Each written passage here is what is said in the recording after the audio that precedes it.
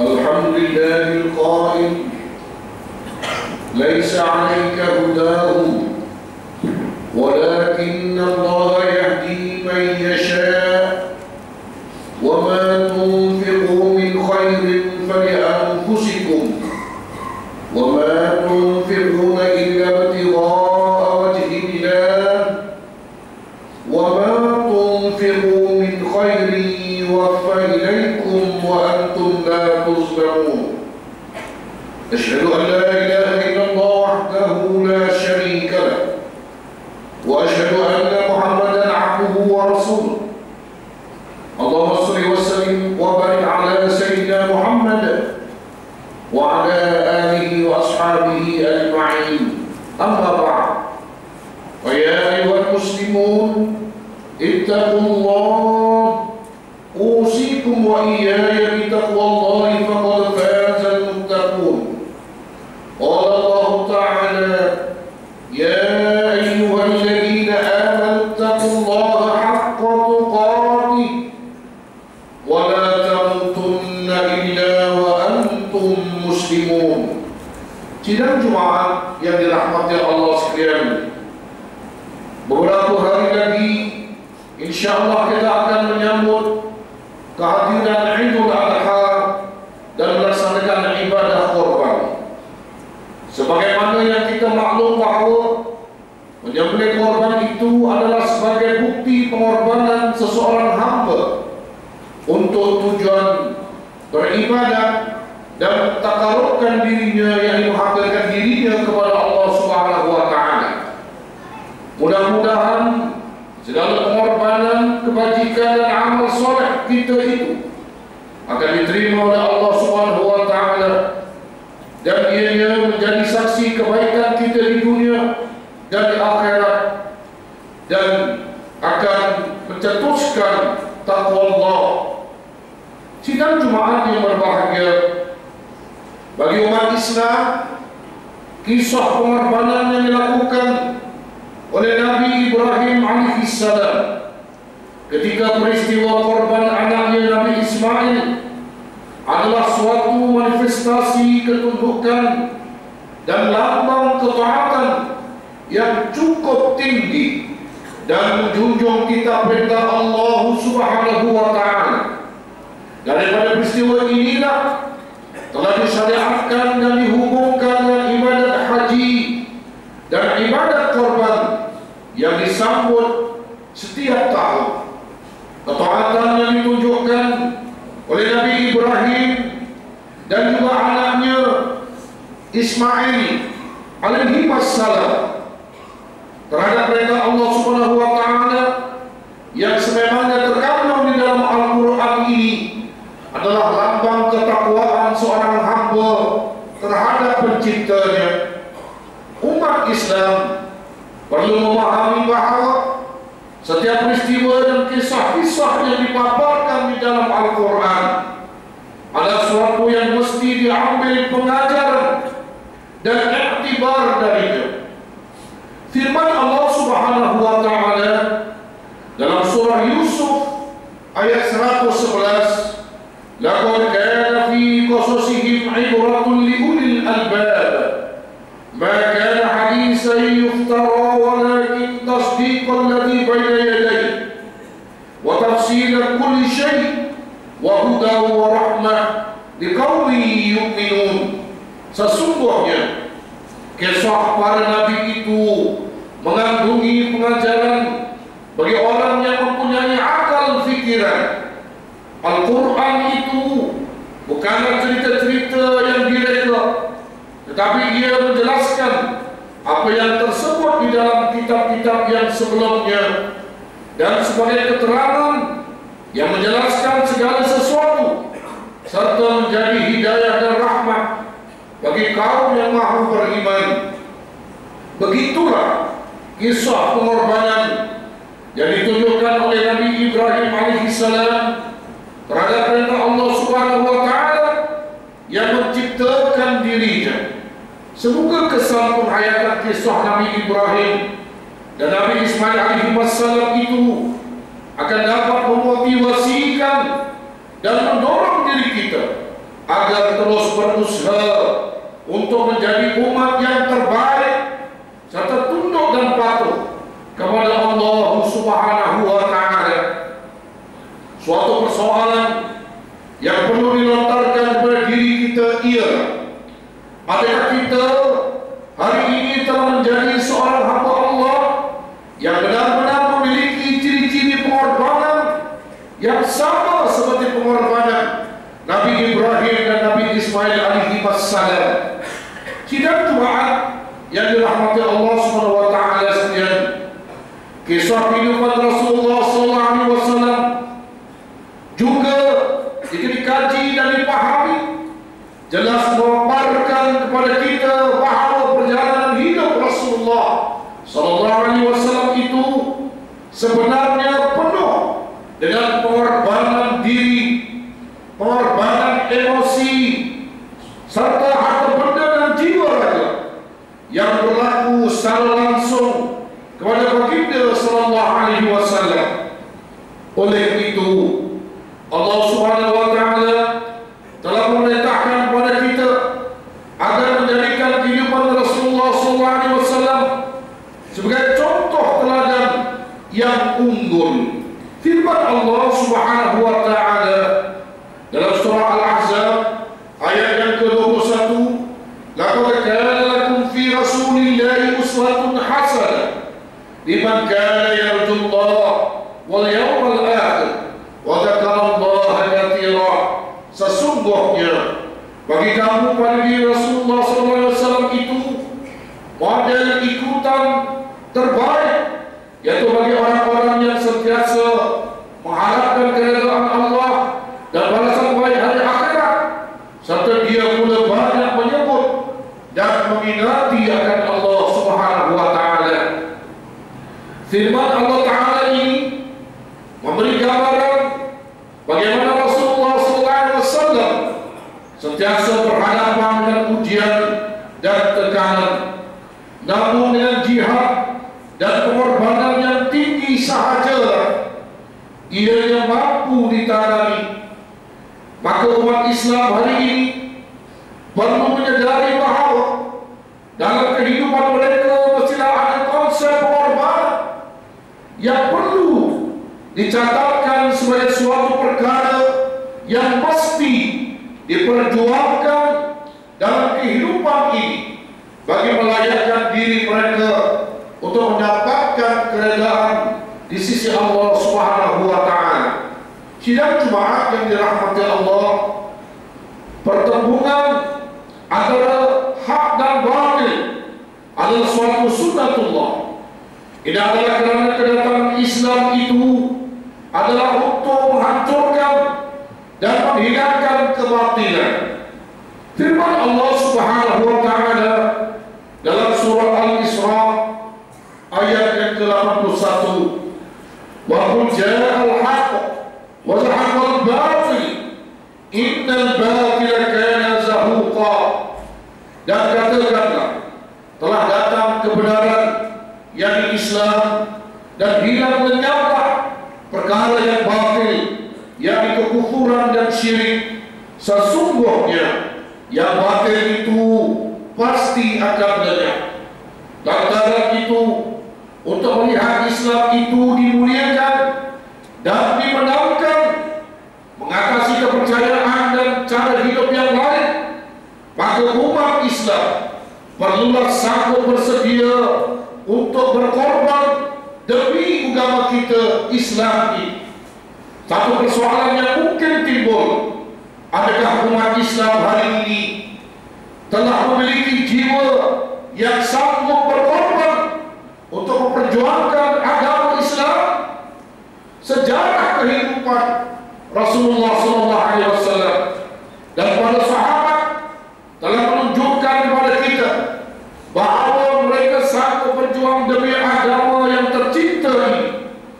Setelah kematian bapa saudara dan istrinya pada tahun ke-10 kerasulan, tekanan, ugutan, bunuh dan penindasan dilakukan terhadap Rasulullah bertambah hebat. Namun demi Allah dan agama yang tercinta, baginda tetap bersabar dan bertawakal bahawa hanya Allah sahaja yang dapat memberi pertolongan. Rasulullah pernah membawa diri ke Taif untuk meminta perlindungan daripada ancaman di Mekah. Namun di Taif terlalu banyak tekanan dan kezaliman, seperti dilempar batu, dilempar duri dan najis. Akan tetapi Rasulullah SAW tetap bersabar dan memohon agar mereka diberikan hidayah dan petunjuk. Rasulullah SAW dan para sahabatnya berkorban meninggalkan tanah air tercinta yaitu Mekah dan berhijrah ke Madinah semata-mata untuk membela kekuatan Islam, sekalipun di bumi yang jauh lagi asing. Sebelum berhijrah ke Madinah, golongan kafir Quraisy cuba mengepung dengan niat nak membunuh baginda. Namun Allah Subhanahu wa Ta'ala menyelamatkannya sehingga terlepas dari usaha jahat mereka. Tidak berapa lama Rasulullah di Madinah, beberapa siri peperangan pula telah berlaku, semata-mata dilaksanakan untuk memperjuangkan dan mempertahankan Islam. Antaranya adalah peperangan Badar Kubra. Peperangan ini adalah lambang jihad dan pengorbanan tinggi Rasulullah SAW dan para sahabat. Seramai 313 orang berhadapan dengan 1000 tentera musuh. Namun dengan keimanan dan keyakinan yang tinggi, akhirnya Islam telah diberikan kemenangan. Sejarah peperangan Tabuk telah mengajar kita arti pengorbanan harta, jiwa dan tenaga yang telah dipaparkan oleh Sayyidina Abu Bakar, oleh Umar, Uthman dan sahabat-sahabat yang lain, dengan menginfakkan sebagian besar harta mereka untuk membiayai jihad peperangan pembela Islam.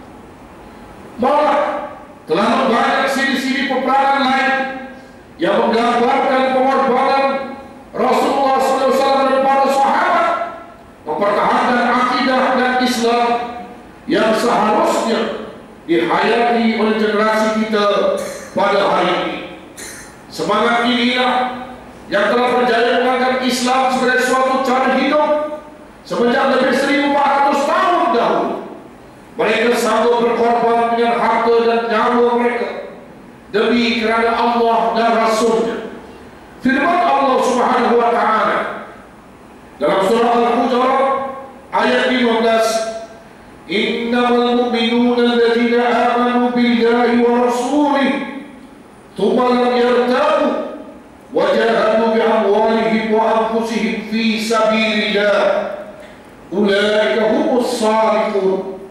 Sesungguhnya orang yang sebenar-benarnya beriman hanyalah orang-orang yang percaya kepada Allah dan Rasulnya, kemudian mereka terus percaya dengan tidak ragu-ragu, setelah mereka berjuang dengan harta benda dan jiwa mereka pada jalan Allah.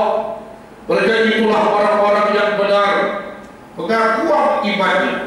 Sidang Jumaat yang dirahmati Allah, untuk menjadi umat yang terbaik, khairul ummah, perlulah kita memiliki pemikiran, perasaan dan sikap yang sanggup berkorban seperti yang telah ditunjukkan oleh generasi yang terdahulu itu.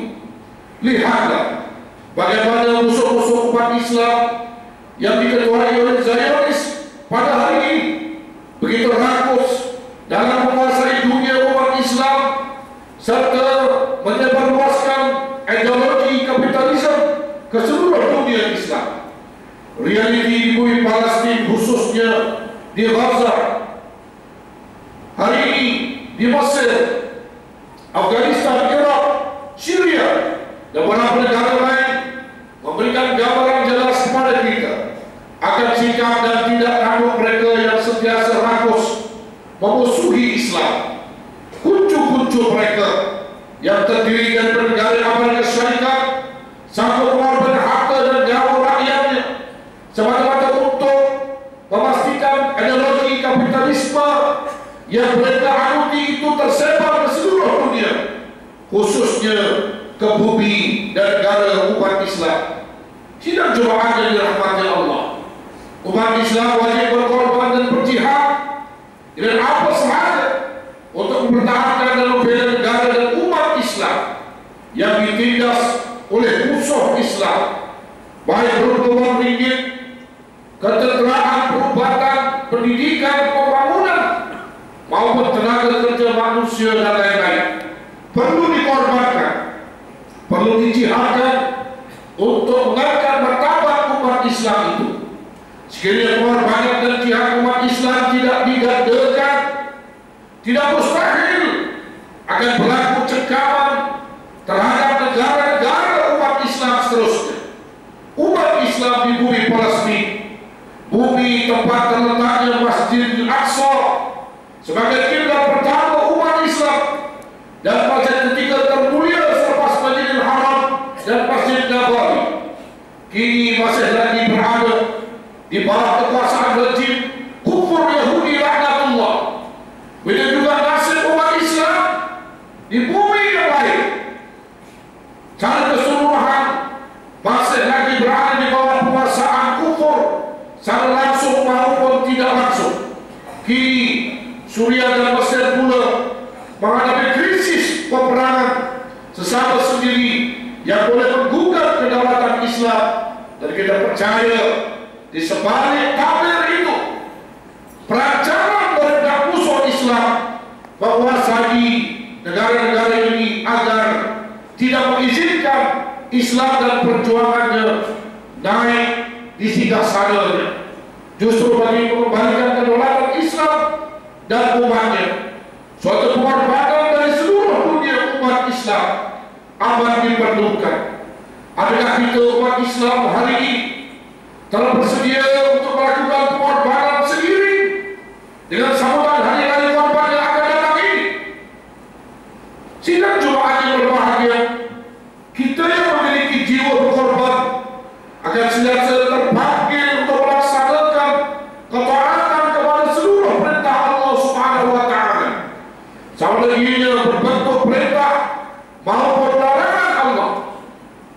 dan juga usaha kita untuk mendapatkan keredaan, walaupun kita terpaksa mengorbankan segala-galanya, baik harta maupun nyawa.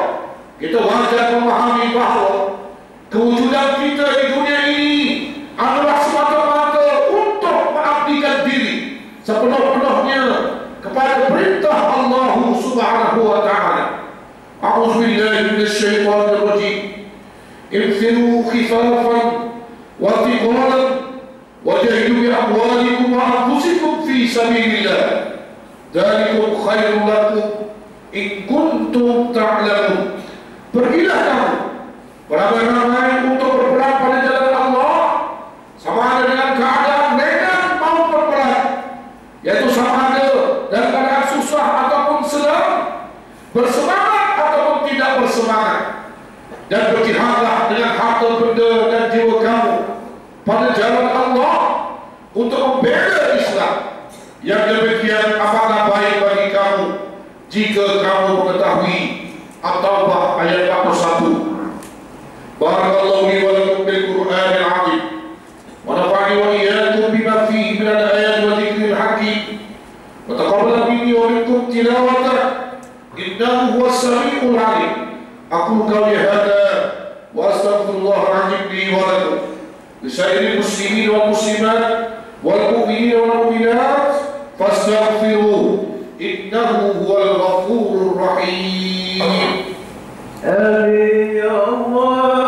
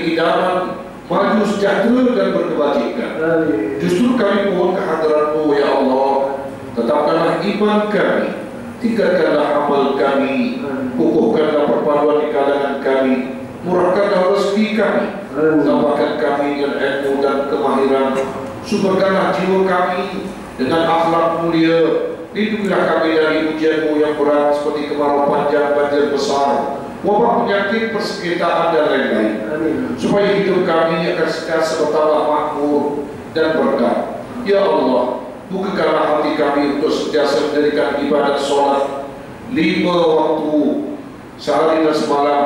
Begitu juga untuk sentiasa kami menunaikan ibadat zakat sebagaimana yang telah Engkau fardukan, ya Allah. Berkatilah hidup orang yang melaksanakan tuntutan berzakat, menyayangi fakir miskin, sucikanlah harta dan jiwa mereka, lindungilah golongan fuqara dan masakin daripada kekufuran dan kefakiran yang berpanjangan. Begitu juga, ya Allah, limpah kurniakanlah kepada orang-orang yang sentiasa mewakafkan dan menginfakkan harta benda mereka pada jalan Allah. Terimalah ibadat mereka, ya Allah, dan mudah-mudahan ganjaran diberikan kepada orang-orang yang sentiasa memberikan harta benda mereka pada jalan-Mu, wahai Allah. Rabbana hab lana min azwajina wa dhurriyyatina qurrata a'yun waj'alna lil muttaqina imama.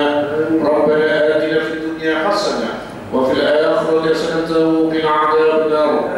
Ibadallah, inna Allah ya'muru bil 'adli wal ihsan wa ita'i dzil qurba wa yanha 'anil fahsya'i wal munkari wal baghi ya'idhukum la'allakum tadhakkarun. Wadhkurullaha al-'azim yadhkurkum washkuruhu 'ala ni'amihi yazidkum was'aluhu min fadlihi yu'tikum wa la tad'u akbar wallahu ya'lamu ma tasna'un. Aqimus shalah. Sebelum kita mulai sholat, sila matikan telefon anda yang membawa oleh. Sila siapkan telefon anda. Allahu Akbar.